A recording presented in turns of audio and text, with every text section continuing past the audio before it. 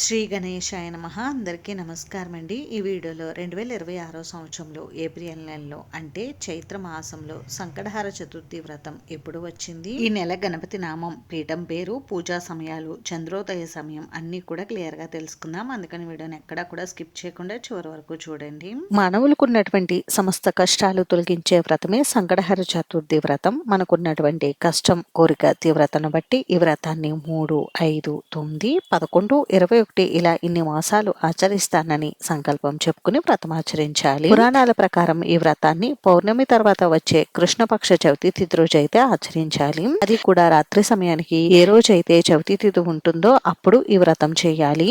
దీనిని బట్టి చూస్తే ఈ 2026 సంవత్సరంలో ఏప్రిల్ నెలలో అంటే చైత్ర మాసంలో సంకటహార చతుర్థి వ్రతం ఎప్పుడు వచ్చింది అని అంటే స్వస్తి శ్రీ చాంద్రమాన శ్రీ పరాభవ నామ సంవత్సరం ఉత్తరాయణం వసంత ఋతువు చైత్రమాసం బహుళపక్షం చవితి తిథి ప్రారంభం 2026 ఏప్రిల్ 5వ తేదీ ఆదివారం ఉదయం 10:06 ప్రారంభమయ్యి 2026 ఏప్రిల్ 6వ తేదీ సోమవారం ఉదయం 11:59 వరకు చవితి తిథి ఉంటుందండి. కాబట్టి చంద్రోదయ సమయానికి చవితి తిథి 2026 ఏప్రిల్ 5వ తేదీ ఆదివారం రోజు ఉంది. కాబట్టి ఈ రోజే సంకటహార చతుర్థి వ్రతాన్ని ఆచరించుకోవాలి. సంకటహార చతుర్థి రోజు ఉదయం వేళల్లో స్వామివారికి ముడుపు కట్టుకుని పూజ చేసుకుని సాయంత్రం సంకటహార చతుర్థి వ్రతాన్ని అయితే ఆచరించుకోవాలండి. అందుకని ఉదయం వేళల్లో ముడుపు కట్టుకోవడానికి, స్వామివారికి పూజ చేయడానికి శుభ సమయం వచ్చేసి తెల్లవారుజామున 5 గంటల నుండి ఉదయం 10 గంటల లోపు మీరు స్వామివారికి ముడుపు కట్టుకుని పూజా కార్యక్రమాలు అయితే నిర్వహించుకోవచ్చండి.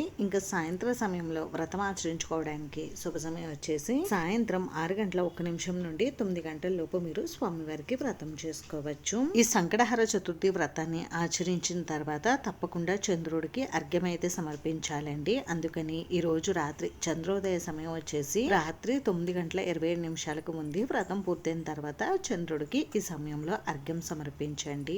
ఈ చైత్ర మాసంలో స్వామివారు వికట మహాగణపతి అనే నామంతో పూజలు అందుకుంటారు. అలాగే స్వామివారి వ్రతం ఆచరించేటప్పుడు పీఠం ఏర్పాటు చేసేటప్పుడు వినాయక పీఠం అని పేరు చెప్పుకుని స్వామివారి పూజా పీఠాన్ని ఏర్పాటు చేసి వ్రతం చేసుకోండి. ఎవరైనా ఈ సంకటహార చతుర్థి వ్రతాన్ని చైత్ర మాసంలో ప్రారంభించవచ్చా అంటే ప్రారంభించుకోవచ్చండి. చైత్రమాసం శుభమాసమే కాబట్టి ఎవరైనా వ్రతం కొత్తగా ఆరంభించాలనుకుంటే ఈ మాసం నుండి కొత్తగా ప్రారంభించవచ్చు. అంతేనండి. చూసారు కదా, ఈ వీడియో మీకు నచ్చితే ప్లీజ్ లైక్ చేసి, షేర్ చేసి, సబ్స్క్రైబ్ చేసుకోండి. అలాగే మీకు రాష్ట్రాల వారీగా చంద్రోదయ సమయాలు కావాలనుకుంటే నాకు కామెంట్ చేయండి, రిప్లై అయితే ఇస్తాను.